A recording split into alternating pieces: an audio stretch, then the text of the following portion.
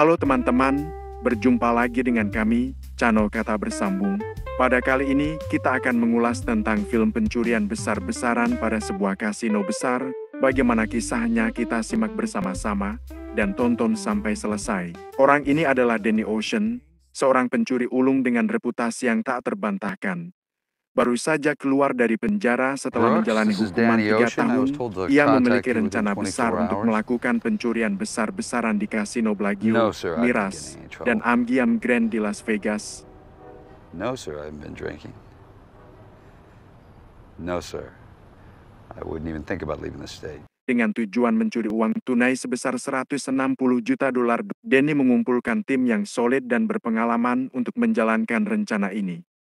Langkah pertama yang ia lakukan adalah, Danny mengunjungi Rusty Ryan, teman lamanya yang juga seorang pencuri ulung. Rusty memiliki pengalaman yang luas dalam melakukan pencurian dan merupakan orang yang tepat untuk membantu Danny menjalankan rencana ini. Danny meminta bantuan Rusty untuk bergabung dalam timnya, dan Rusty awalnya ragu-ragu. Namun, setelah mendengar rencana yang cerdas dan kompleks, Rusty akhirnya setuju untuk bergabung. Selanjutnya, Danny merekrut Linus Caldwell, seorang pencopet muda yang berbakat. Linus bergabung dengan tim setelah You're Danny out, memberinya right now. tawaran yang menarik. What is it? It's a plane ticket. A job offer. Well, you're pretty trusting pretty fast. Well, Bobby has a lot of faith in you. Fathers are like that.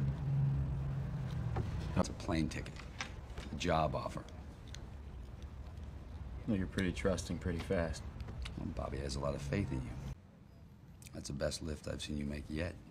Dengan tim yang lengkap, Danny dan Rusty mulai mengatur siasat pencurian. Mereka melakukan perencanaan yang matang dan membagi tugas-tugas kepada masing-masing anggota tim. Tim Danny, semua beranggotakan 11 orang. Sebagian berusaha untuk menyusup ke dalam kasino dan mengumpulkan informasi tentang sistem keamanannya. Mereka mempelajari layout kasino, sistem keamanan, dan jadwal keamanan. Namun, rencana mereka tidaklah sederhana. Mereka harus menghadapi berbagai tantangan, termasuk keamanan kasino yang ketat dan pengawasan penuh dari bos kasino Terry Benedict, dan juga orang yang dekat dengan Tas Ocean, mantan istri Danny. Terry juga memiliki dendam terhadap Danny dan tidak suka Danny mendekati Tas. Oleh karena itu, Danny diawasi oleh Terry dengan pengawasan penuh. Namun, Danny tetap tenang dan fokus pada tujuannya. Ia memiliki rencana untuk menghadapi Terry dan timnya. Dan ia yakin bahwa mereka dapat menjalankan rencana pencurian ini dengan sukses. Dengan kecerdasan dan perencanaan yang matang, Danny dan timnya menjalankan rencana pencurian di 3 kasino sekaligus, tapi sebelumnya mereka melakukan beberapa latihan untuk memantapkan rencana pencurian itu. Pada pukul 19, rencana dimulai. Saul, si aki-aki jangkung, menyamar sebagai pemain di kasino, sementara Linus menggunakan alibi sebagai utusan komite perjudian untuk memancing Terry.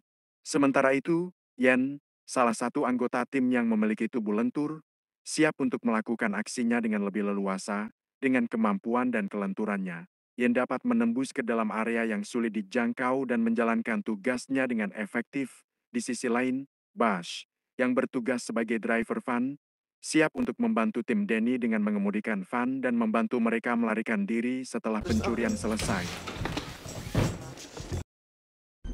Hey, hold up a minute.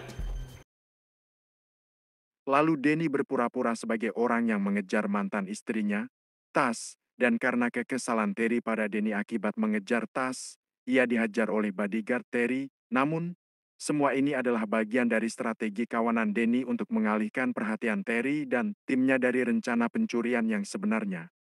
Kehebohan terjadi ketika lampu dipadamkan oleh Bash saat pertandingan tinju dimulai, memicu reaksi cepat dari tim.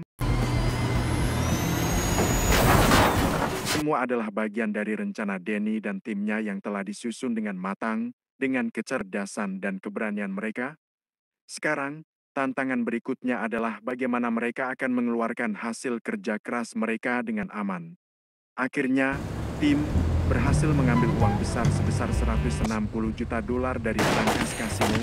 Mereka telah mensiasati mobil van dengan pengemudi robot, dan uang hasil kerja mereka dibawa bersama mobil tim suara abal-abal yang sebenarnya berisi Rusty Ryan dan kawan-kawan.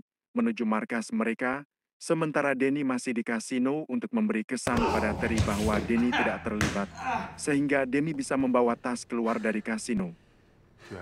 Namun, akhir film ini juga menyisakan pertanyaan tentang apa yang akan terjadi selanjutnya dengan Danny dan timnya. Apakah mereka akan berhasil menikmati hasil jerih payah mereka? Ataukah mereka akan menghadapi tantangan baru? Jawabannya hanya dapat ditemukan dengan menonton film penuhnya yang tentunya lebih menegangkan. Terima kasih teman-teman telah menyimak ulasan ini sampai selesai. Jangan lupa like, komen, subscribe channel ini, dan sampai jumpa pada ulasan film yang lain. I'm not sure these belong in.